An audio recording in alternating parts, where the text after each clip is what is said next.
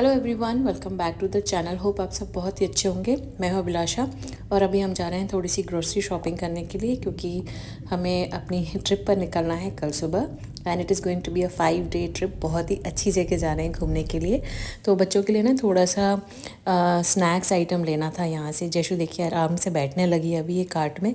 US में तो यहाँ इसमें बेल्ट होता था तो सेफ्टी पॉइंट ऑफ व्यू से अच्छा था, पर यहाँ नहीं है तो मुझे थोड़ा ध्यान रखना पड़ता है। ये हैं सेल्फ स्कैनिंग मशीन्स। इससे शॉपिंग बहुत ही ईजी हो जाती है।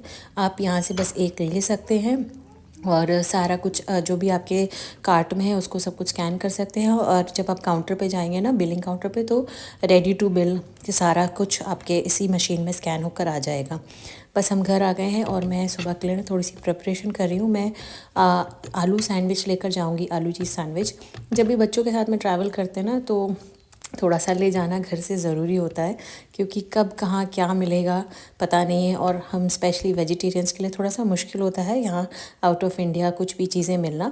हर चीज़ में कुछ ना कुछ ज़रूर रहता है, या तो मीट या एग। कभी कभी सॉसेस में भी रहते हैं मीट का लेयर्स, तो इसीलिए फिर मैं घर से ही प्रेफर करती हूँ ले जाना। तो अभी बस ये आलू के लेयरिंग वगैरह सब लगा कर मैं इसको रेडी करके रख दूँगी। इनको सेकूँगी नहीं, इनको मैं फ्रिज में रेडी करके रख दूँगी और कल सुबह निकलने के पहले फिर मैं इनको सेक कर पैक कर लूँगी। तो थोड़ा सा चीज़ लगा दिया। ये आलू थोड़े से चटपटे बनाए हैं जिससे कि ना सैंडविचेस खाने में टेस्टी लगें और बहुत ही हैंडी होते हैं ये सब चीज़ें। मैं वैसे पूड़ी सब्जी वगैरह बना लेती हूँ, पर अभी इस बार मैंने थोड़ा शॉर्टकट रखा है तो आलू चीज़ के सैंडविचेस से ही काम चल जाएगा हमारी इस ट्रिप का। और बाकी फिर हम एयरबीएनबी में जा रहे हैं तो वहाँ के लिए मैंने थोड़ा सा ड्राई आइटम ले लिया है, पास्ता, थोड़ा सा राइस वगैरह और कुछ मसाले पैक कर लिए हैं। तो वहाँ जाकर थोड़ा सा कुकिंग ईजी होती है। तो जब भी कहीं जाना होता है ना तो मैं डिनर थोड़ा शॉर्टकट रखती हूँ, तो इसलिए बेसन के चीले बना रही हूँ। इजी टू डाइजेस्ट भी हो जाते हैं, रात को बहुत ज़्यादा हैवी भी नहीं लगता है। रोटी सब्ज़ी पराठा वगैरह खाने से अच्छा है ऐसा कुछ शॉर्टकट बना लेती हूँ। बेसन में सारे बेसिक मसाले डाल दिए हैं, प्याज को बस फाइनली चॉप कर लूँगी। और बेसन चीला इतना इजी और फटाफट बनने वाला है ना, जल्दी से बन जाता है। और जब आप चीला स्प्रेड करते हैं उसके बीच में काफ़ी सारे काम आप साथ साथ में कर सकते हैं जितनी देर में ना चीला सिकता है। तो मुझे ऐसा चीला डोसा ये सब बनाना बहुत इजी लगता है जब भी कुछ ऐसा बहुत सारा काम होता है, क्योंकि भी मेरा थोड़ा सा पैकिंग का भी काम बाकी है और कुछ कुछ खाने पीने का भी सामान अभी रखना है, एडजस्ट करना है, इसीलिए। तो ये मैंने प्याज इसमें मिला दिए। इसमें अगर आप कसूरी मेथी मिलाते हैं ना तो चीले बहुत ही टेस्टी बनते हैं। अने को ये बेसन के चीले बहुत ही ज़्यादा पसंद है और अब थोड़ा थोड़ा सा ना जैशु को भी देने लगी हूँ। जो भी हम लोग खाते हैं उसके लिए से स्पेशली अलग से नहीं बनाती हूँ, बस मसाले वगैरह का ध्यान रखती हूँ। थोड़ा सा कम स्पाइसी निकाल देती हूँ उसके लिए पहले, और उसके बाद में बाकी सारे मसाले ऐड करती हूँ। तो बस चीला को स्प्रेड कर दूँगी मैं। और नॉन स्टिक पे बहुत ज़्यादा ऑयलिंग की या ग्रीजिंग की ज़रूरत तो नहीं होती है, बट हाँ थोड़ा सा ऑयल मैं ज़रूर डालती हूँ जिससे कि ना चीले अच्छे से सिक जाए। नहीं तो वो कच्चापन सा रहता है तो वो हम लोगों को उतना पसंद नहीं आता। तो ये चीलों को मैं लाल चटनी के साथ में और दही के साथ में सर्व कर दूँगी। सिंपल सा हमारा डिनर है, बहुत ज़्यादा क्विक बन गया।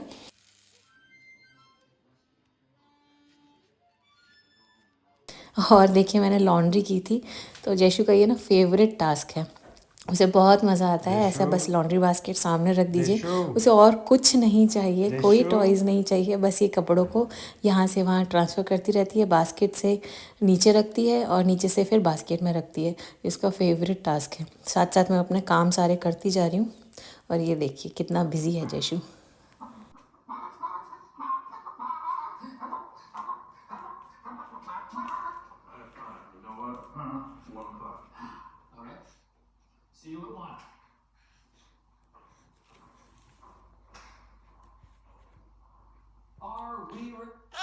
बस बटन लूज कर दो, फंसे हुए हैं ना तो निकाल नहीं पा रही। तो बस पैकिंग वगैरह सब कुछ हो गई है कंप्लीट, और सुबह के लिए मैंने कपड़े भी साइड में निकाल कर रख दिए हम चारों के। सुबह हमें बहुत जल्दी निकलना है एक्चुअली, और मुझे शायद 5:30 उठना पड़ेगा क्योंकि मुझे सैंडविचेस वगैरह भी सब कुछ सेकने हैं। और ये देखिए अने कुछ अपनी लिस्ट बना रहा है वहाँ क्या क्या एक्सप्लोर करेगा, और जयशु भैया को डिस्टर्ब किया जा रही है क्योंकि उसको पेन भी चाहिए है और नोटबुक भी चाहिए। भैया नहीं सुन रहा है, गो क्या हुआ, भैया से क्या बोलना है? से भैया, भैया, भैया गिव मी द पेन, भैया लिसन भैया। हम्म,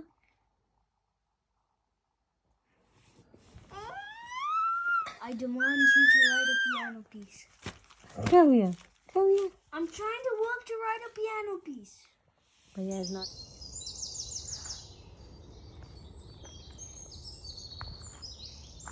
गुड मॉर्निंग एवरीवन। अभी नेक्स्ट मॉर्निंग हो गई है तो मैं फटाफट से ना ये सैंडविचेस को सेक कर रेडी कर दूँगी क्योंकि बहुत ज़्यादा टाइम नहीं है अब।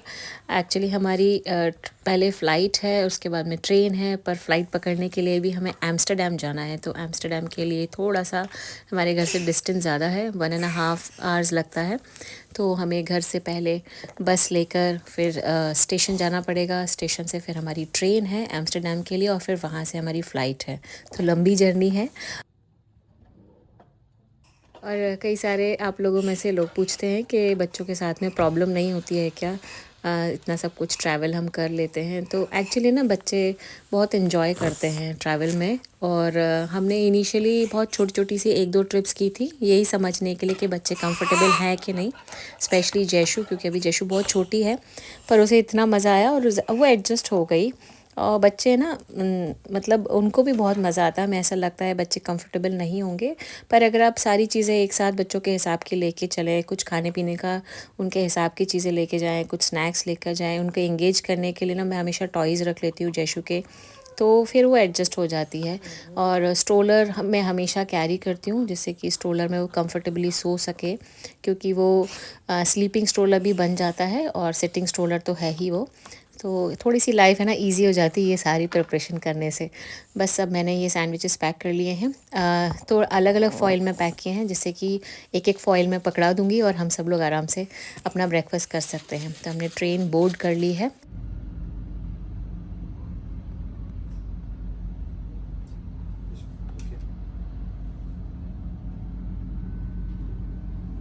तो ट्रेन में एक स्पेशल जगह होती है जहाँ पर बाइक्स पार्क होती हैं, बैग्स वगैरह रख सकते हैं और हुक्स रहते हैं जैकेट्स वगैरह हैंग करने के लिए। तो ये सारी फैसिलिटीज़ है ना यहाँ की ट्रेन्स में है।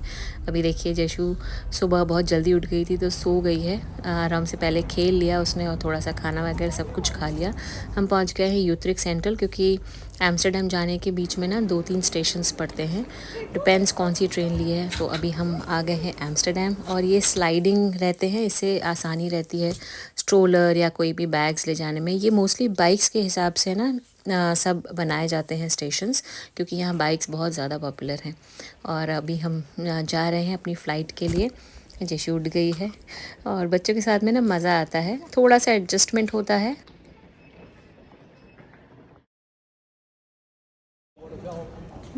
Going to Switzerland. Let's go. Yes we are going to Switzerland और ये मेरी ड्रीम प्लेस है। आई थिंक बहुत सारे लोगों की ड्रीम प्लेस है Switzerland, and it's a very beautiful place. पूरे यूरोप की सबसे ज़्यादा सुंदर जगह है ये। यहाँ पर self bag check in machines हैं, तो इसके अंदर बस आप अपना बैग डाल दीजिए और वो अपने आप से वे कर लेगा और अपने आप से टैग निकाल देगा बाहर, और देखिए ये अपने आप बंद होकर बैग अंदर ले लेगा। तो आई थिंक ये लिमिटेड छोटे बैग्स के लिए है। बड़ा वाला जो चेक इन बैग है वो हमें देना ही पड़ेगा चेक इन काउंटर पर। And we are all set. हमने चेक इन बैग वगैरह सब कुछ दे दिया और ये 2 छोटे बैग्स अपने पास रख लिए हैं। एक में कुछ चेशु के कपड़े हैं जो कलरफुल सा बैग है और दूसरे में कुछ स्नैक्स वगैरह है। And we are all set to board a flight.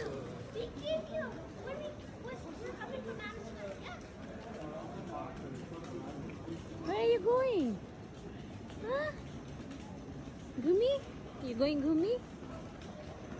अगर आप भी अपने बेबी के साथ ट्रैवल करें ना तो उनके फेवरेट टॉयज़ ज़रूर लेके जाइए। जैसे इसमें म्यूज़िक भी है, लाइट भी है, तो जैशु को इंगेज करने में बहुत आसानी होती है। बस उसको ये टॉय में एक पकड़ा देती हूँ और वो कम से कम 20-25 मिनट्स तक इंगेज रहती है। ये है यहाँ का एयरपोर्ट, एम्स्टर्डम एयरपोर्ट। और यहाँ मैं शायद तीसरी या चौथी बार आ रही हूँ, क्योंकि जब हम इंडिया से आए थे तब भी यहाँ आए थे, और जब हम 2013 में आए थे घूमने के लिए तो तब भी यहाँ से ही हमारी फ़्लाइट थी।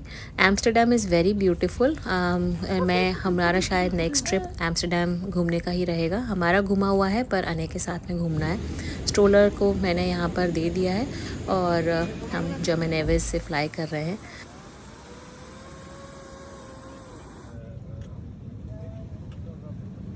सो हम सेटल हो गए हैं अपनी सीट्स पर और एने एज़ यूजुअल विंडो सीट पर सेटल हो गया, उसको बहुत मज़ा आता है। बेबी के साथ में ट्रैवल करने के टाइम पे ना एक एडिशनल ऐसा बेल्ट मिलता है, तो कोई भी पेरेंट मॉमी या डैडी अपने साथ में बेल्ट में अटैच कर सकते हैं बेबी को। तो अभी के लिए हस्बैंड ने अपने बेल्ट में जशु को अटैच कर लिया है और थोड़ी देर में हम सीट शफल कर लेंगे, क्योंकि जहाँ पर बेल्ट अलॉट होती है ना उसी सीट पर बैठना चाहिए। ये सेफ्टी किट भी है एक येलो कलर की, जो बेबी सेफ्टी किट है, just in case of emergency.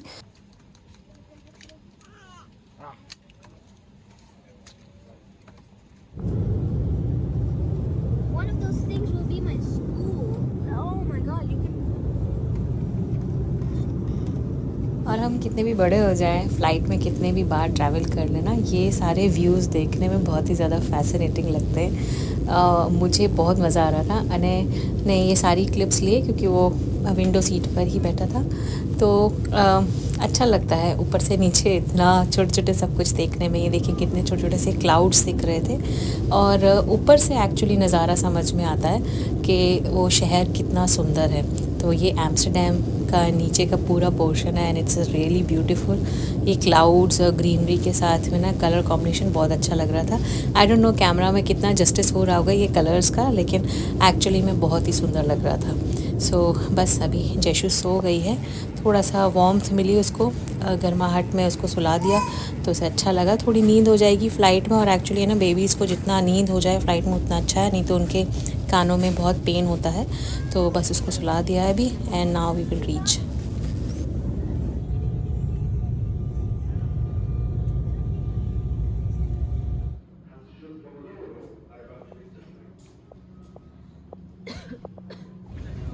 तो ये एयरपोर्ट 3 कंट्री सर्व करता है। ये है फ्रांस के एग्ज़िट, वो है स्विट्ज़रलैंड के एग्ज़िट, और ऐसे ही यहाँ पर कहीं जर्मनी की भी एग्ज़िट है। तो 3 यहाँ पर कंट्रीज़ सेम एयरपोर्ट से एग्ज़िट होती है।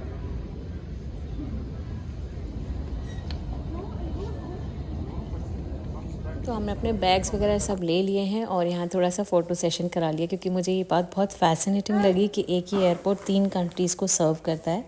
And we have move from the Switzerland exit, क्योंकि हम यहाँ से बाहर से ना बस लेंगे फॉर आवर एयरबीएनबी, एंड फिर मैं आपके साथ में ना उस एयरबीएनबी का टूर भी शेयर करूँगी।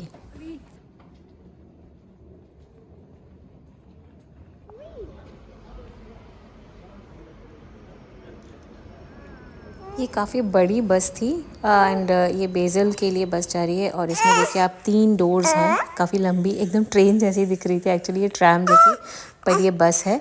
और बेबीज़ के लिए स्पेशल प्लेस होती है स्ट्रोलर रखने के लिए या व्हील चेयर रखने के लिए।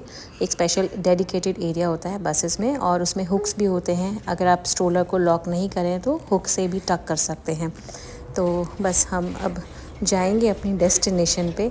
सुबह से निकले हुए हैं तो थोड़ा सा अब टायरिंग लग रहा है। बच्चों ने तो नींद ले ली है ऑलरेडी।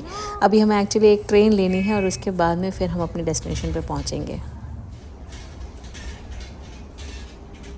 तो हमने लिया है स्विस पास, और स्विस पास एक होता है जिसमें फैमिली का पास रहता है, तो हमने फैमिली पास ही लिया है।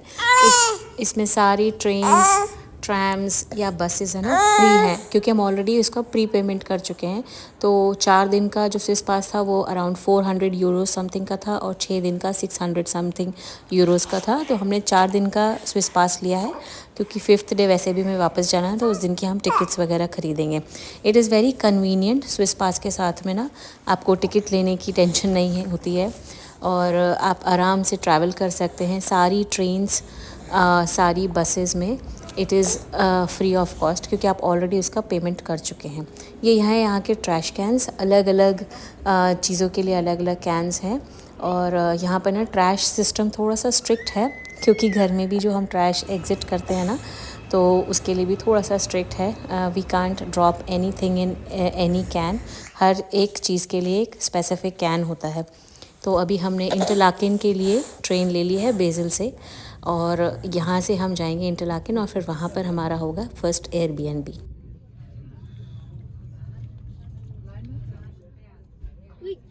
तो मैं जैशु के लिए ना स्टीम एप्पल लेकर आई थी, बनानास लेकर आई हूँ, और इसके अलावा कुछ बेबी फूड भी लेकर आई हूँ। यहाँ पे एक ओल्वरेट ब्रांड है, उसका बेबी फूड बहुत अच्छा रहता है और उसमें शुगर लेवल्स बिल्कुल नहीं है, नेचुरल है।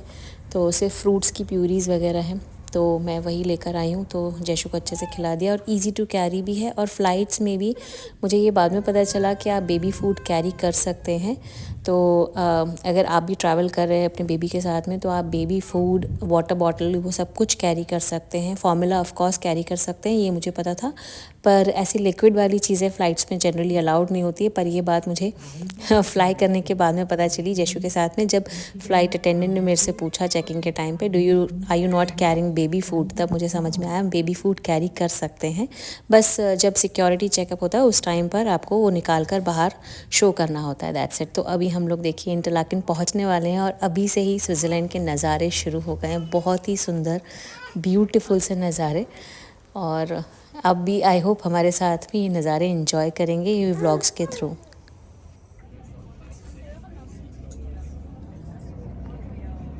And we have reached our first Airbnb, जहाँ हम 2 दिन स्पेंड करेंगे और फिर जाएंगे दूसरे एयरबीएनबी में, दूसरी जगह। एंड ये देखिए बाहर का व्यू है, it is very beautiful, actually expectation से भी ज़्यादा सुंदर है। तो चलिए आपको जल्दी से है ना एक एयरबीएनबी का टूर करा देती हूँ। सो ये एंट्री है और एंट्री करते ही लेफ़्ट में किचन है।